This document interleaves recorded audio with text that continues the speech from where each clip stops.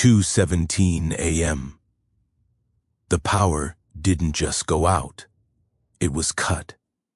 For 3 seconds, the 4th floor of the Memphis VA hospital went completely dark. And in those 3 seconds, the woman everyone called the quiet nurse stopped pretending. The emergency generators failed to kick in. That was the first sign this wasn't an accident. Hospitals are designed with redundancy, backup to the backup, especially VA hospitals, especially after midnight. But the 4th floor, orthopedic recovery, went black, total black. Nurse Lila Reyes was standing beside room 417 adjusting a morphine drip when the lights died.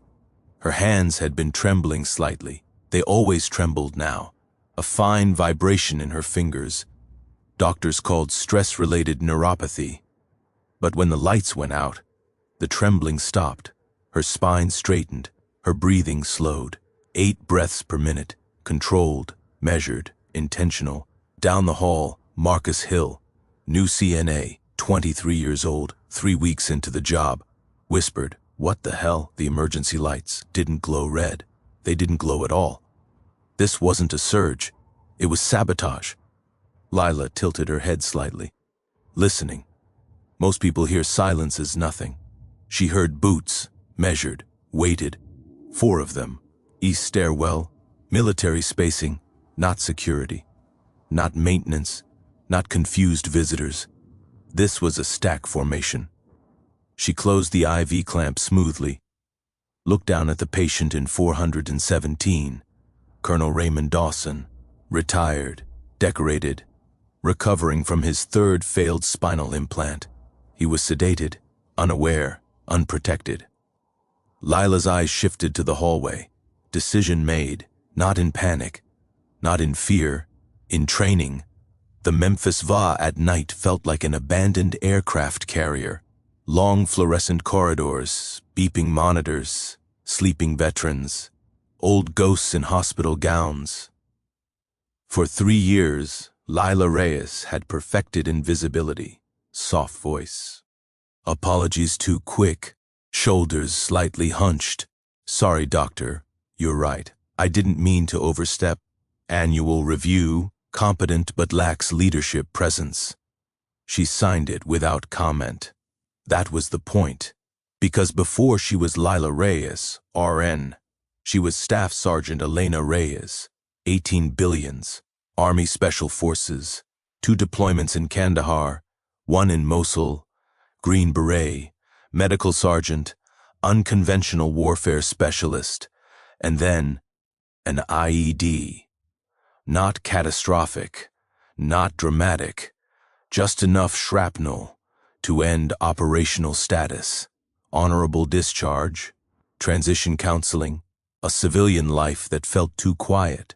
So she chose nursing, night shift, VA hospital, veterans, familiar ground, no spotlight, no questions, no past. Security guard Thomas Greer had noticed her the first week. 25 years NYPD before retiring south.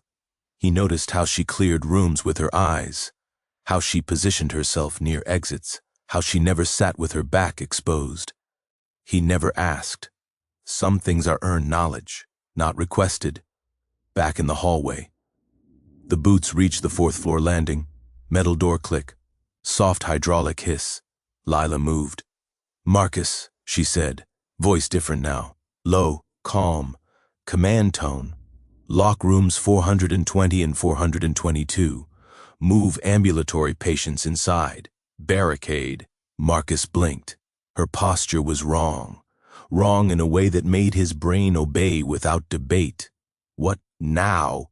He moved. Lila stepped into the supply closet. Inventory scan. 4 poles, fire extinguishers, alcohol sanitizer, crash cart. Improvisation is doctrine. She tipped 3 sanitizer dispensers across the tile choke point near the L-shaped corridor. Slippery. Unpredictable footing. She repositioned the crash cart sideways, narrowing passage to single file. Fire extinguisher in hand. CO2 blast blinds night optics. The stairwell door opened. Green laser sweep cut through darkness. They had nods, of course they did. 4 silhouettes, suppressed weapons, professional, one whispered. Room 417. Colonel Dawson. Target confirmed. They moved. First operator hit the sanitizer patch. Boot slid. Microsecond imbalance. That's all she needed. Lila emerged from the left doorway. 4-pole cracked across his wrist. Weapon clattered. Elbow to throat. Solar plexus knee. Controlled descent. Zip ties from crash cart. 6 seconds. Second operator swung wide. CO2 blast flooded his optics. White bloom. Disorientation. Rear vascular choke. 8 seconds. Unconscious. She dragged both bodies behind supply carts, breathing steady. No adrenaline spike, no shaking, just muscle memory. Down the hall, 2 remaining operators regrouped. Team lead realized quickly. This isn't hospital staff. Correct, she was not. She was the thing that hunts the hunters, and she had 11 veterans sleeping behind thin doors. This wasn't combat. This was guardianship, and she would not let them pass. The third operator didn't rush. That's what separated him from the others. He stepped over the sanitizer slick carefully, eyes scanning low first, then high. Controlled breathing, barrel steady. No panic. Team leader. Lila watched from inside room 415, lights off, door cracked 2 inches. She could hear the micro-adjustments in his boots. Weight distribution. He wasn't guessing. He was calculating. "Read," he whispered. No response. Cole. Silence. That silence was louder than gunfire. He motioned to the 4th man, taller, broader, ex-Marine posture. They split. Bad move. Lila slipped into the secondary hallway nurses used to access the linen chute. 3 years on this floor meant she knew every blind corner, every hollow tile that clicked under pressure, every hinge that squeaked. She exited behind the Marine, no hesitation. 4-pole low sweep to the knee joint, a controlled pop. The man collapsed with a strangled grunt before he could recover. Palm strike to jaw hinge, radial nerve compression. Weapon dropped. She caught it before it hit tile, safety engaged, kicked it beneath a supply cabinet. He reached for a backup blade. She stepped inside the arc, forearm to throat, wall impact, consciousness faded, 9 seconds. Now only the leader remained. He didn't call out again. Instead, he spoke calmly. "Okay," he said quietly into the darkness. "You in the hallway. Interesting. Not angry, not panicked. Professional." She stepped into view. He saw her then. Nurse scrubs, bare hands, 4-pole held like a staff, and posture that did not belong in a hospital. He aimed center mass. "You military?" he asked. She didn't answer. She shifted her weight. He noticed immediately. Recognition flickered. "You're not security." No. She wasn't. He lowered the weapon slightly. Not surrender, just recalibration.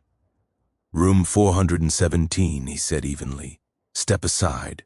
Her eyes hardened. That wasn't a request. It was confirmation of target. Colonel Dawson. This wasn't random.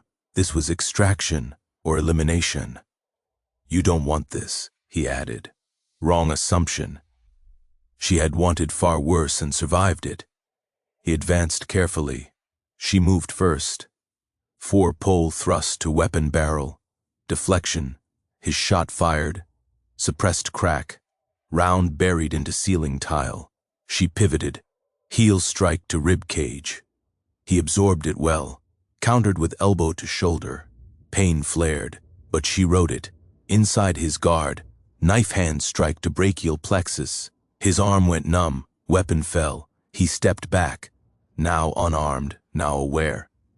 "You're special forces," he said. Not a question. She answered in Pashto. Drop, 1 word. Command tone. He froze. He knew that accent.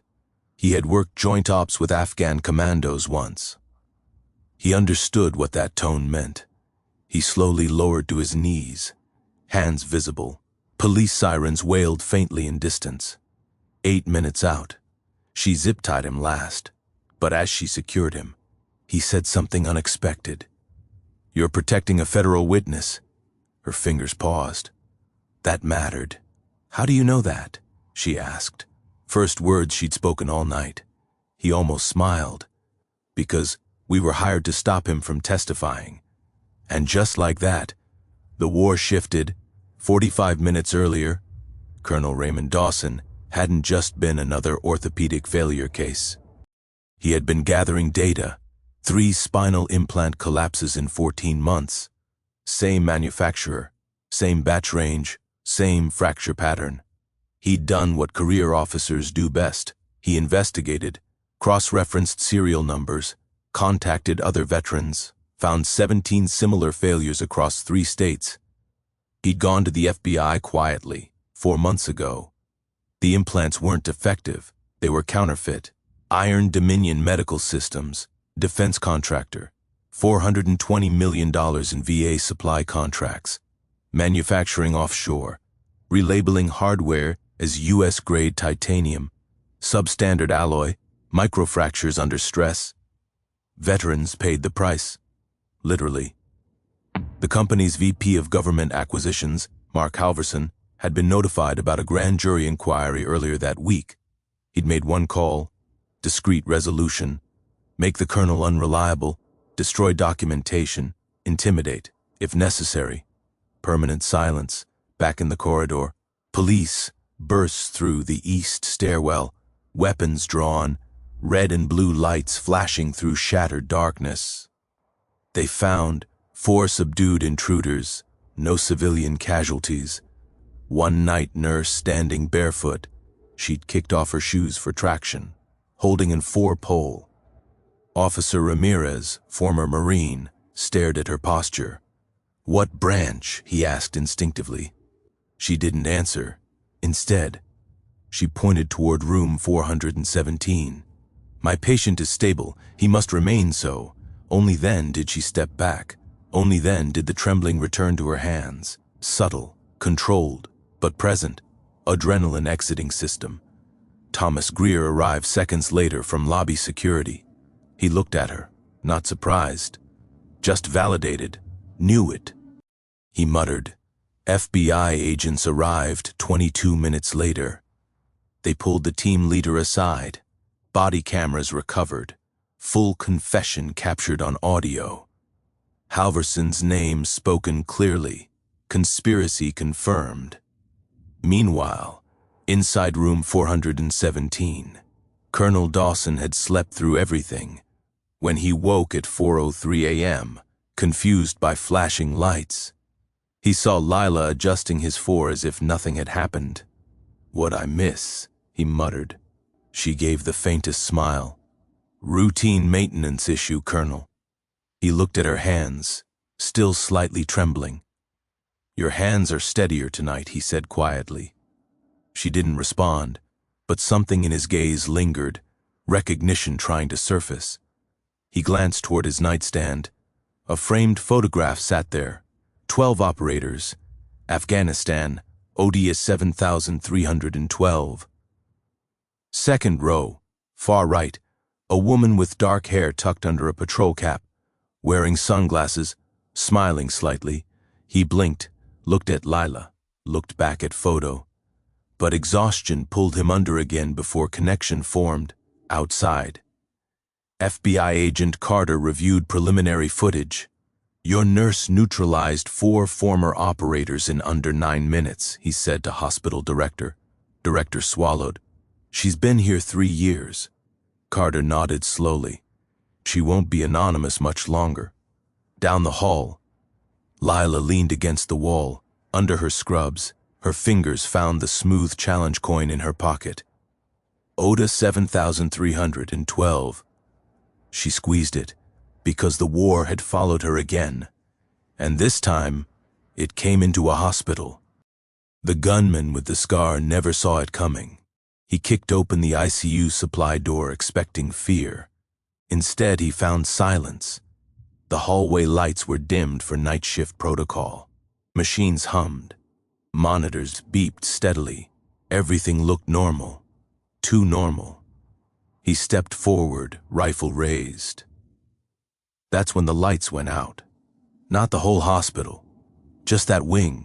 Emergency red strips flickered on along the floor. Soft, low, tactical, the scarred man cursed into his comms. Power cut on West Wing. Check breakers, but it wasn't a breaker. It was isolation. Sarah Whitaker stood behind the crash cart at the corner of the hallway, her posture no longer timid. Her shoulders were squared, her breathing controlled. The same breathing she learned in the mountains of Afghanistan before a night raid. 3 intruders were now inside the ICU corridor, 2 covering the front, 1 moving back toward the nurses' station. They still thought she was hiding. They still thought she was afraid. That mistake would cost them. Inside room 214, 5 elderly veterans lay in recovery beds. 1 was on oxygen. 1 had shrapnel complications from Fallujah. Another had a pacemaker installed just 2 days ago. They weren't just patients. They were men who once stood in firefights. Now, they couldn't even stand. And Sarah wasn't about to let history repeat itself inside these walls.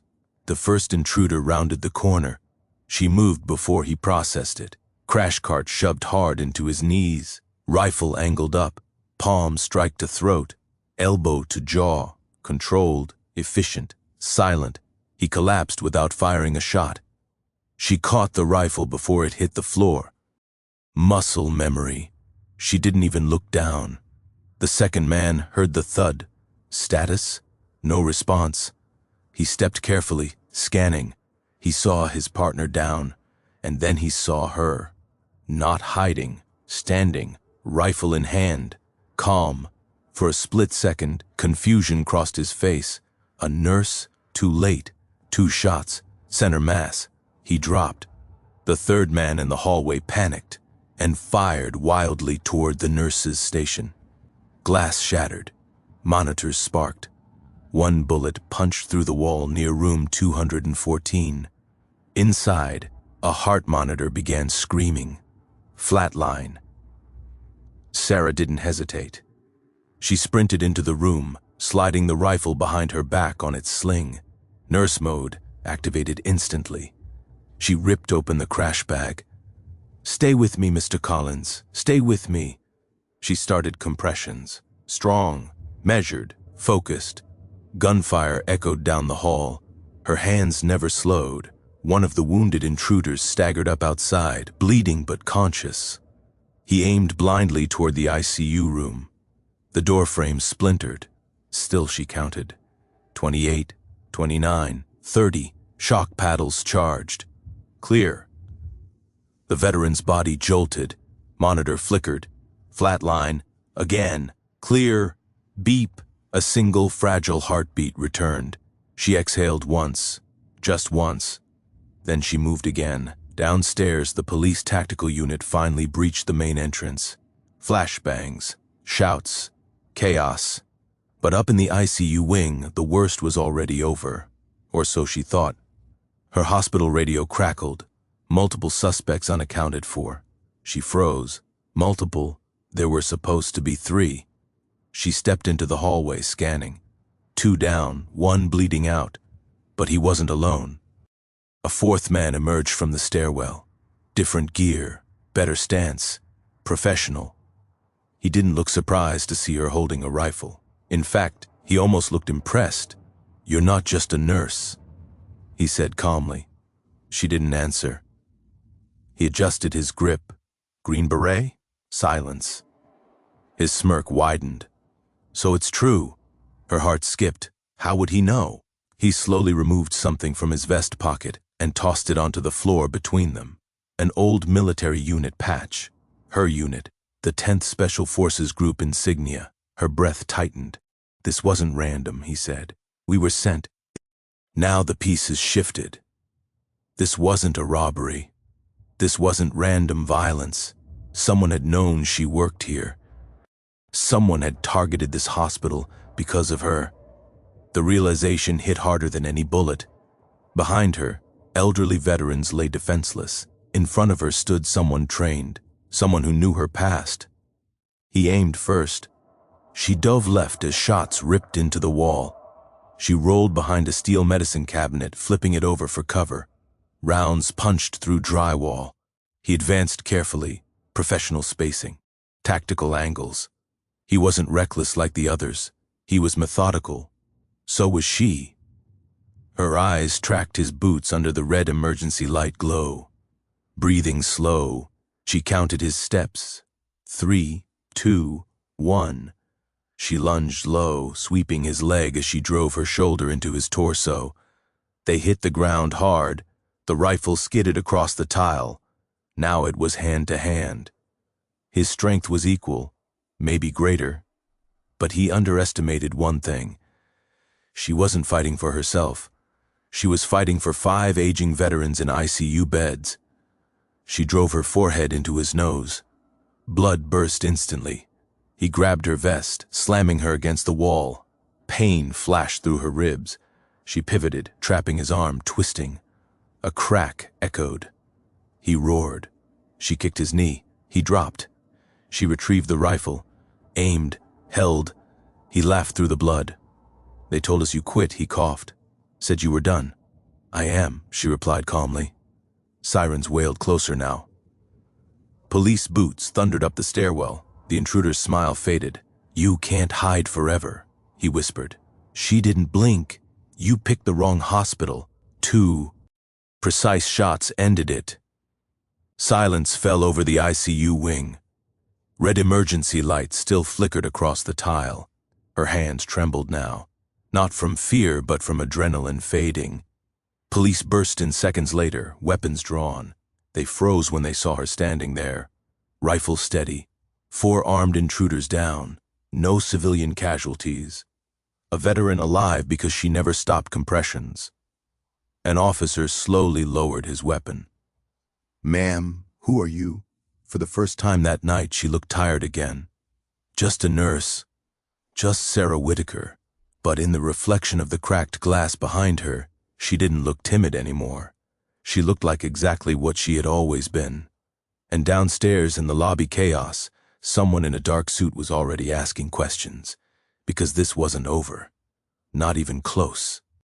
The flashing red lights were finally replaced by steady white overheads. Police radios crackled. Paramedics moved quickly. Stretchers rolled past shattered glass and bullet-marked walls. But the ICU wing felt different now. Heavy. Like it knew something bigger had just begun. Sarah sat alone in the empty nurses' station while officers secured the hallway. Blood had dried along her sleeve. Her ribs ached where she'd been slammed into the wall. Her knuckles were split. No one had noticed she was shaking. Not from fear, from recognition. They knew her name. They knew her unit. They had come prepared. That meant this wasn't random. It wasn't political chaos. It wasn't desperation. It was deliberate. Footsteps approached. Measured, controlled, not hurried like the rest. She looked up. 2 men in dark suits stepped into the hallway, badges flashing briefly under fluorescent light. Federal. The taller one studied her carefully. Not the way a cop looks at a suspect, the way an analyst studies a file. "You're Sarah Whitaker," he said. It wasn't a question. "Yes." Former 10th Special Forces Group. The officers nearby went quiet. She didn't answer immediately. "I left the military 8 years ago." The agent nodded slowly. "Records say medical discharge." "That's correct. But your discharge report is sealed." A pause stretched between them, because they both knew something didn't add up. Downstairs, news vans were already lining up. Word had spread fast. Armed men stormed a VA hospital and were neutralized before tactical response fully engaged. But the public didn't know who had stopped them. Not yet. 4 attackers, the second agent said, flipping through a small tablet. 2 former private contractors, 1 ex-foreign military, and the last, he hesitated, is listed as missing in action from a joint task force operation in Syria 5 years ago. Sarah's stomach tightened. Syria. She remembered that mission, cold nights, mountains, a betrayal inside the team. She remembered someone disappearing after the firefight, presumed dead. Except he hadn't been the man she fought tonight. The one who recognized her unit patch. He wasn't random. He was a ghost, and ghosts don't return without a reason. The taller agent crouched slightly so they were eye level. They weren't here for the hospital, he said quietly. They were here for you. She didn't flinch. I'm a nurse. He almost smiled. No, Ms. Whitaker, you're a liability. The word hit harder than the fight. Liability. To who? To an operation that never officially existed, he continued. The hallway seemed to close in, because suddenly the past wasn't buried anymore. It was breathing. 8 years ago, her team had been assigned to something classified even by Special Forces standards. Not counterterrorism, not hostage rescue, extraction of intelligence. There was a warlord in Syria who had been secretly funded by powerful people on multiple sides. Her team had been sent to retrieve digital proof, servers, drives, evidence linking names that could destabilize governments. They succeeded, but during extraction, something went wrong. Coordinates were leaked, ambush, 2 of her men killed instantly, 1 captured, 1 missing. And she made a decision. She destroyed part of the intel. Not because she was ordered to, because the intel would have triggered a political chain reaction costing thousands more lives. She chose containment over exposure. Her commanding officer backed her. But Washington didn't. The mission was buried, the files sealed, and she was quietly discharged under medical pretense, PTSD, administrative separation. A clean story. Except ghosts don't stay buried. They think you still have something, the agent said. I don't. We believe you. She looked up sharply. But someone doesn't. In the ICU room, Mr. Collins, the veteran she revived, was awake now. Pale but alive. A uniformed officer stood guard outside his door. Because this was no longer just an attack, it was an attempted retrieval. If they couldn't get her quietly, they'd create chaos to flush her out, and they almost succeeded. The agent stood. There's more. Of course there was. One of the attackers transmitted data before he died. Her pulse quickened. To who? We're still tracing it. But the message contained only 3 words. He paused. She kept it. The hallway felt colder. She hadn't kept it. She destroyed it, didn't she? Memory flickered. In the mountains, during that mission, she had pulled 1 encrypted drive before destroying the rest. Not to expose, to safeguard. In case the wrong people tried to rewrite history. She never turned it in. She never told anyone. She told herself it was insurance. But insurance becomes motive, and motive becomes target. You still have it, the second agent said quietly. It wasn't accusation. It was understanding. She stood slowly. My locker. Minutes later, under police supervision, she opened a small metal locker in the staff changing room. Inside were scrubs, a spare pair of shoes, and taped beneath the shelf, a waterproof capsule no bigger than a thumb. The agents exchanged a look. Years of hiding reduced to something that fit in a palm. You understand what this means, the taller agent said. Yes. You're not just a nurse anymore. She closed her eyes briefly. She never stopped being what she was. She just chose to heal instead of fight. But tonight proved something brutal. The past doesn't care what you choose. It comes back armed. Outside, reporters shouted questions as officers escorted bodies out discreetly. Helicopter lights washed over the hospital rooftop. Inside the ICU wing, elderly veterans slept again under steady monitors, alive, safe, because one woman refused to stay buried. The agent handed her a card. "You have two options," he said. "Witness protection?" He shook his head. "Cooperation." She looked at the capsule in her hand. Or... He didn't answer directly. "But if whoever sent them realizes you still have it, they won't stop at 4 men." Silence lingered, because she already knew that tonight wasn't revenge, it was confirmation. They were testing her, and she passed. In the distance, sirens faded. The hospital slowly returned to routine. But routine was an illusion now, because somewhere, someone had just received confirmation. She was alive. She fought back, and she still had the leverage. The taller agent's phone buzzed suddenly. He glanced at the screen. His expression changed.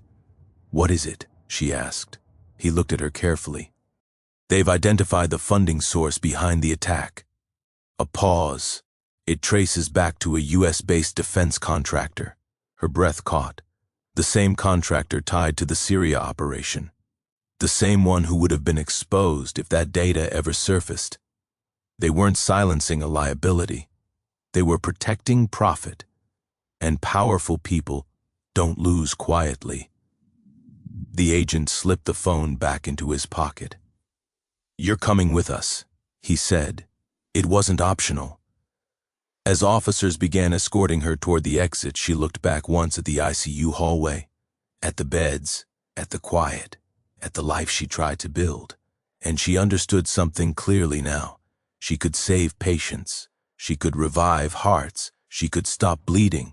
But some wars follow you home, and this one had just escalated. Outside, cameras flashed. Headlines were already forming. But the real story was only beginning. The helicopter blades cut through the night air as Sarah stepped onto the rooftop landing pad. Cameras flashed from the street below, but up here, it was just wind, noise, and truth. She wasn't being arrested. She wasn't being rescued. She was being reactivated.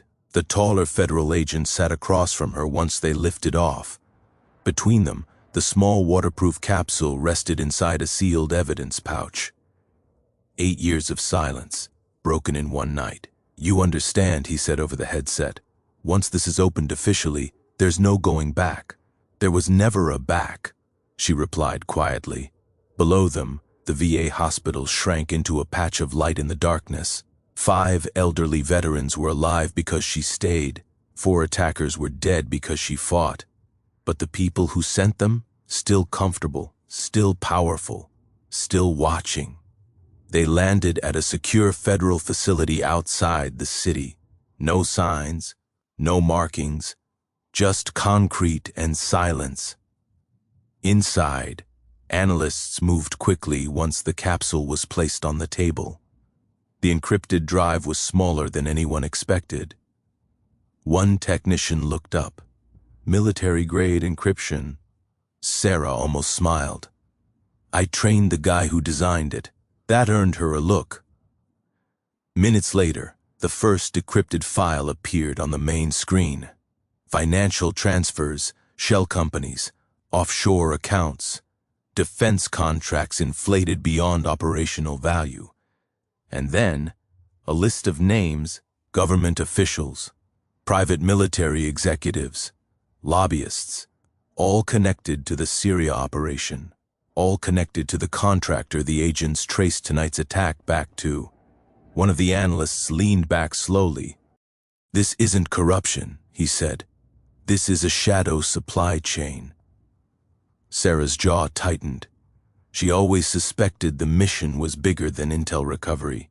Now she knew. Her team wasn't extracting evidence to protect civilians.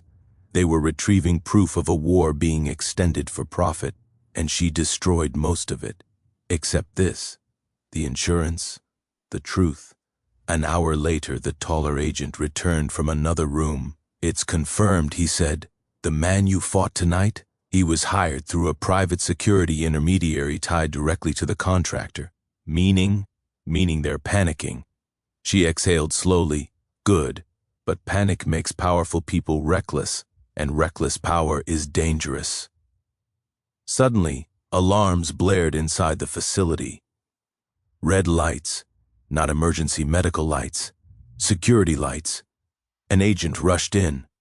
"We've got a breach attempt on the outer perimeter." The room froze. "They found us?" someone whispered. The taller agent's expression hardened. "No, they tracked the helicopter." Sarah stood immediately. "How many?" "Unknown. Vehicles approaching fast." He looked at her. "You see the pattern?"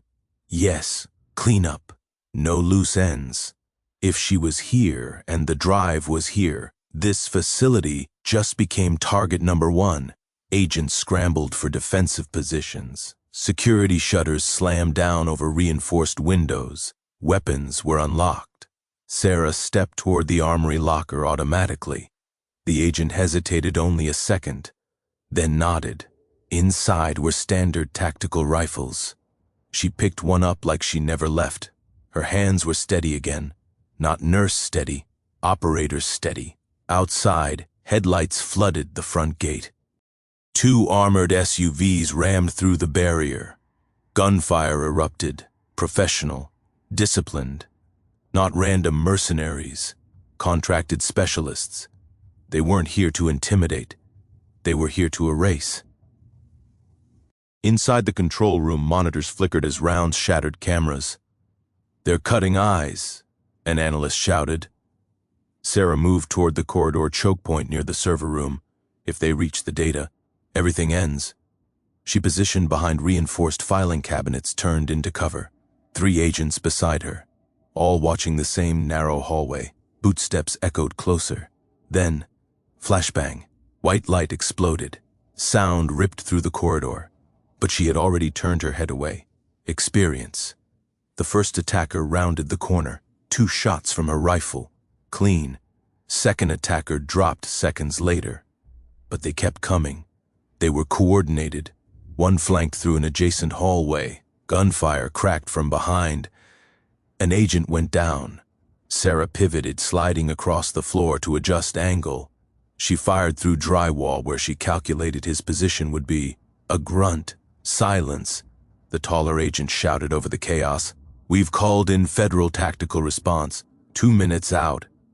2 minutes can feel like a lifetime in a firefight. One attacker managed to push through to the server room entrance. He wasn't shooting wildly. He was sprinting. Suicide objective. Destroy the data at all costs. Sarah broke cover and ran straight at him. He raised his weapon. She tackled him mid-stride. They crashed into the server rack. Hard. He slammed a knife toward her ribs. She trapped his wrist. Twisted. The blade clattered away. He head-butted her. Stars burst in her vision. But she didn't let go. "You should have stayed a nurse," he hissed. She drove her knee into his abdomen. "I tried." She grabbed the fallen knife and ended it. Moments later, federal tactical teams stormed in. The remaining attackers were neutralized quickly. Silence settled again, this time heavier, permanent. Sarah leaned against the server rack, breathing hard. Not from exhaustion, from acceptance. The taller agent approached slowly. "They're done," he said. She nodded. "No," she corrected. "They're exposed." He looked back at the monitors displaying decrypted files, names, transfers, evidence undeniable. "This goes public," he said, "and careers end. Companies collapse." "And maybe," she replied, "wars don't get extended for profit." He studied her. "You could disappear after this. New name, new life." She thought about the ICU wing. Mr. Collins' fragile heartbeat returning. The look on the officer's face when he asked who she was. She wasn't a liability. She was proof that some soldiers don't fight for contracts. They fight for people. "I'm not disappearing," she said. The agent nodded once. "Then tomorrow," he replied, "we bring this to the Oversight Committee. And if they try again," he gave a thin smile, They won't underestimate the night nurse twice. As dawn broke over the city, news alerts began exploding across networks. Federal investigation uncovers massive defense contractor corruption. Whistleblower linked to VA hospital attack identified as former special forces. But one detail remained controlled. Her name, for now.